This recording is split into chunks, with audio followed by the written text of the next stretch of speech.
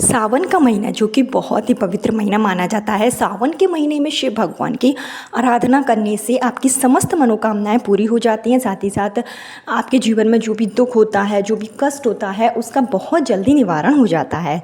सावन के महीने में जब श्री हरि विष्णु योग निद्रा में रहते हैं, उस समय सृष्टि का जो कारभार है वो भोलेनाथ ही संभालते हैं। ऐसे में शिव भगवान की आप आराधना करें। आपको बता दें कि जो सावन का महीना है इस बार 11 जुलाई से शुरू होगा और 4 अगस्त को समाप्त हो जाएगा। सावन के महीने में इस बार 4 सोमवार पड़ रहे हैं और सावन के महीने का प्रत्येक सोमवार अपने आप में एक बहुत ही शुभ दिन होता है। ऐसे में वंश वृद्धि के लिए, संतान प्राप्ति के लिए, पुत्र प्राप्ति में आ रही बाधाओं को दूर करने के लिए सावन के महीने में शिव भगवान की समक्ष उपाय जरूर करें, व्रत जरूर रखें। सावन के सोमवार का व्रत काफ़ी लाभकारी माना जाता है। व्रत रखें और साथ ही साथ उपाय करें। मैं आपको इस वीडियो में 2 से 3 साधारण से उपाय बताऊंगी, जिसको अगर आप पूरे विधि विधान से और श्रद्धा भाव से करते हैं तो निश्चित रूप से संतान प्राप्ति के प्रबल योग बनेंगे। जो भी निसंतान दंपति हैं उनको मिलकर, पति पत्नी अगर मिलकर सावन के सोमवार के दिन उपाय करते हैं या सावन के प्रथम दिन और अंतिम दिन अगर आप उपाय कर लेते हैं तो निश्चित ही आपकी सोनी गोद भरेगी। जो भी माताएं हैं जिनको संतान प्राप्ति की चाह है लेकिन पूरी नहीं हो पा रही है, तो ऐसे में आप शिव पुराण में निहित यह उपाय जरूर करें। आपकी सोनी गोद अतिशीघ्र भरेगी। सावन के महीने में किया गया दान पुण्य, पूजा पाठ, सत्कर्म का 100% आपको फल प्राप्त होता है। और इस बार के जो सावन के सोमवार हैं वो काफ़ी शुभ माने गए हैं। पहला सावन का सोमवार जो होगा वो इस बार है 16 जुलाई को। 16 जुलाई को पहला सावन का सोमवार है और दूसरा सावन का जो सोमवार रहेगा वो 21 जुलाई को है। तीसरा सावन का सोमवार 28 जुलाई को है और चौथा सावन का जो सोमवार है वो 4 अगस्त को होगा। ऐसे में 4 बार इस बार सावन के सोमवार पड़ रहे हैं, तो चारों सोमवार पर आपको विशेष उपाय करना है। और सावन की जो शुरुआत होगी उस दिन अगर आप उपाय करते हैं और आखिरी दिन पर उपाय करते हैं तो जो भी निसंतान दंपति हैं उनकी मनोकामना जरूर पूरी हो जाती है। इस बार सावन के महीने में आप क्या उपाय करेंगे, क्या नियम आप अपनाएंगे, किन चीज़ों का आपको विशेष ध्यान रखना है, इसकी संपूर्ण जानकारी आपको इस वीडियो में दी जाएगी। लेकिन आगे वीडियो शुरू करने से पहले हमेशा की तरह आपसे मेरा निवेदन है कि अगर अभी तक आपने मेरा चैनल धर्म ज्ञान पथ को सब्सक्राइब नहीं किया है तो चैनल को सब्सक्राइब जरूर कर लीजिए। वीडियो पसंद आए तो लाइक कीजिए और कमेंट बॉक्स में हर हर महादेव, ओम नमः शिवाय जरूर लिखें, जिससे कि भोलेनाथ की कृपा आप पर और आपके पूरे परिवार पर हमेशा के लिए बनी रहे। बात कर लेते हैं सबसे पहले उपाय की। तो वंश वृद्धि के लिए, संतान प्राप्ति के लिए, पुत्र प्राप्ति के लिए सावन का महीना जब शुरू हो यानी कि प्रथम दिन 11 जुलाई को ही और आखिरी दिन यानी कि 4 अगस्त को आपको एक साधारण सा उपाय करना है कि शिव मंदिर में जाएं और 2 लोटा जल आप अपने घर से लेकर जाएं और इसके साथ ही एक बेलपत्र लेकर जाएं। अगर बेलपत्र आपके पास जैसे नहीं है तो आप शिवलिंग पर चढ़ी हुई बेलपत्र को ही उठाकर पुनः धोकर प्रयोग में ला सकते हैं। सबसे पहले श्री शिवाय नमस्तुभ्यम का जाप करते हुए शिवलिंग पर दोनों लोटा जल आप जो है चढ़ा दें। अपने मन में अपनी मनोकामना बोले और एक बेलपत्र माता अशोक सुंदरी की जगह पर तुमरूका जी के नाम से आपको चढ़ानी है। अगर आप तुमरूका जी के नाम से शिव भगवान पर एक बेलपत्र चढ़ाते हैं देवी अशोक सुंदरी की जगह पर तो संतान प्राप्ति, वंश वृद्धि के प्रबल योग बनते हैं। पुत्र प्राप्ति की मनोकामना के साथ में तुमरूका जी का यह छोटा सा उपाय जरूर करें। आपकी सोनी गोद अति शीघ्र भरेगी। यह आपको प्रथम दिन पर करना है और सावन के अंतिम दिन पर करना है।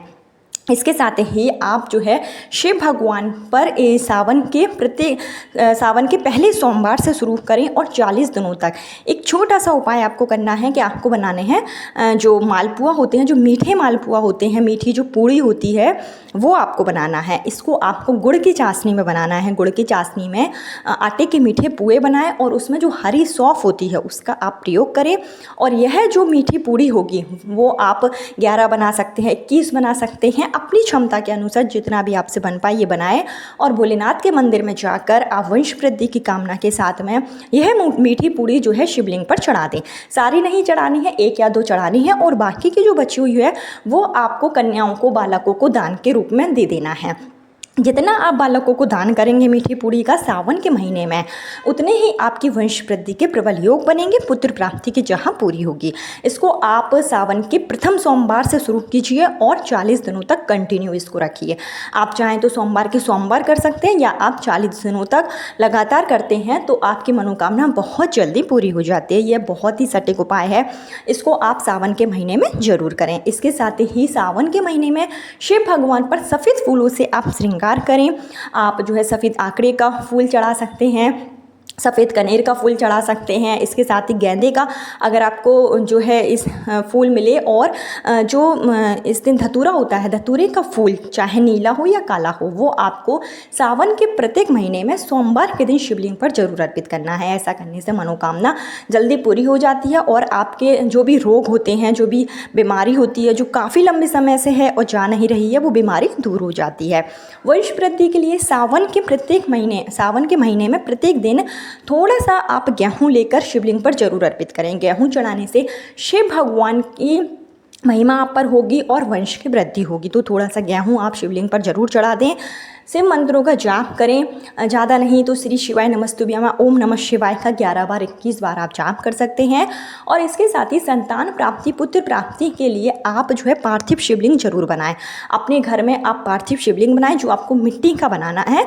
आप अपने घर के गमले की मिट्टी से बना सकते हैं, या किसी मंदिर में पार्थिव शिवलिंग का निर्माण हो रहा है तो आप वहाँ पर जाकर पार्थिव शिवलिंग बना लें। जो भी आप पार्थिव शिवलिंग बनाएंगे उसमें आपको 1 चम्मच घी जरूर डालना है। गाय का घी आप उसमें डालें, ऐसा करने से वंश की वृद्धि होती है। और यह शिवलिंग आप बनाएं, आप जो है इसका दूध दही पंचामृत से अभिषेक करें, शहद इस पर चढ़ाएं, आरती करें, पूजा पाठ करें, संतान प्राप्ति की कामना भोलेनाथ से करें। इसके साथ ही माता पार्वती को भी आप बनाएं, छोटा सा मिट्टी स्वरूप माता पार्वती बना लें और सिंदूर अर्पित करें, 16 श्रृंगार की चीज़ें अर्पित करें। सावन के महीने में शिव परिवार की पूजा आराधना करना भी काफ़ी शुभ माना जाता है। इससे संतान प्राप्ति के प्रबल योग बनते हैं। तो यह कार्य भी आप कर लें। और इसके साथ ही सावन के महीने में जो मौसमी फल होते हैं वो आप शिवलिंग पर जरूर चढ़ाएं।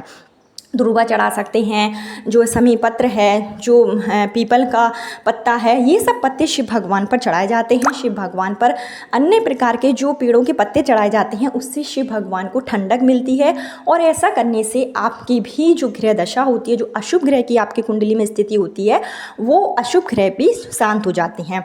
इसके साथ ही संतान प्राप्ति, वंश वृद्धि के लिए एक छोटा सा उपाय आप जरूर करें कि अगर आपको बांस के पत्ते मिलते हैं, जैसे आपके घर के आसपास कहीं पर भी बांस का पेड़ लगा हुआ है, आपके जैसे गमले में आजकल छोटे छोटे बैम्बू ट्री लगाए जाते हैं, या आपको कहीं बांस का जो है पत्ता मिल जाता है, तो आप 3 या 5 पत्ते लेकर आएँ और इसको आप सावन के सोमवार के दिन वंश वृद्धि की कामना के साथ में यह जो पत्ते हैं वो आपको शिवलिंग पर जरूर चढ़ाने चाहिए। शिवलिंग पर अगर आप बांस के पत्ते चढ़ाते हैं तो इससे आपकी पुत्र प्राप्ति की कामना पूरी होती है और आपके वंश की वृद्धि होती है।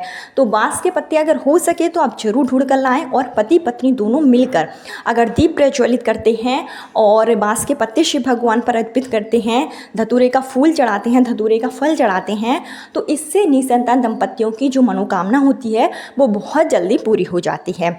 जो भी उपाय हो अगर पति पत्नी मिलकर करते हैं तो उपाय बहुत जल्दी कारगर हो जाता है, क्योंकि संतान प्राप्ति, पुत्र प्राप्ति के जो योग बनते हैं वो पति पत्नी दोनों के भाग्य से बनते हैं। तो कोशिश यह करें कि दोनों मिलकर ही शिव मंदिर में जाएं, शिव भगवान की आराधना करें, शिव परिवार की पूजा करें, भोलेनाथ की प्रिय चीज़ें अर्पित करें।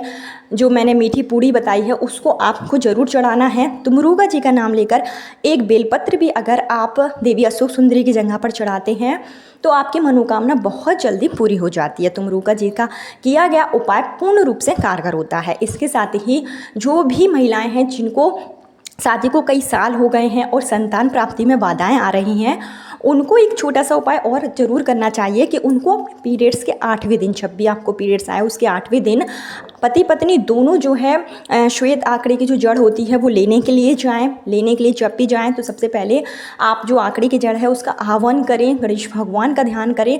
उसके बाद में सफ़ेद आंकड़े की जड़ ले लें और किसी भी शिव मंदिर में जाएँ। ये जो जड़ है सबसे पहले शिव भगवान का पूजन करें, दीप प्रज्वलित करें। सफ़ेद आंकड़े की जड़ को शिवलिंग के ऊपर से अगर आप 8 बार 21 बार आपको घुमाना है, 21 बार घुमाएं, तुमरुका जी का नाम लें और 21 बार सफ़ेद आंकड़े की जड़ घुमाने के बाद में शिव भगवान के सामने ही एक लाल कलर के धागे में आपको यह सफ़ेद आंकड़े की जड़ अपनी कमर में धारण कर लेना है। पति पत्नी दोनों अगर शिव मंदिर में जाकर खड़े हों और सफ़ेद आंकड़े की जड़ का उपाय करें और शिव मंदिर में ही अपनी कमर में जो है महिलाएं धारण कर लें, तो ऐसा करने से चाहे जितनी भी परेशानी क्यों ना हो, संतान प्राप्ति में कितनी भी बाधाएं क्यों ना आ रही हो, कोई भी अशुभ ग्रह हो, पितृदोष है, किसी भी तरीके का दोष है, तो सारा दोष समाप्त हो जाता है। इस सफ़ेद आंकड़े की जड़ को आपको अपनी कमर में जरूर धारण कर लेना है। ऐसा करने से पुत्र प्राप्ति के योग बनते हैं, मनचाही संतान की प्राप्ति होती है। तो ये छोटे छोटे उपाय हैं जिसको अगर आप सावन के महीने में कर लेते हैं तो बहुत ही जल्दी आपकी मनोकामना पूरी होगी और आपके घर में खुशियों का आगमन होगा। तो याद जरूर रखें, 11 जुलाई से सावन का प्रथम दिन है, 4 अगस्त तक चलेगा। आपके पास बहुत ही शुभ महीना है। इस महीने में आपको संतान प्राप्ति, वंश वृद्धि के लिए उपाय जरूर करना है। कल फिर मिलती हूँ नई वीडियो नए उपाय के साथ। जब तक के लिए हर हर महादेव, ओम नमः शिवाय।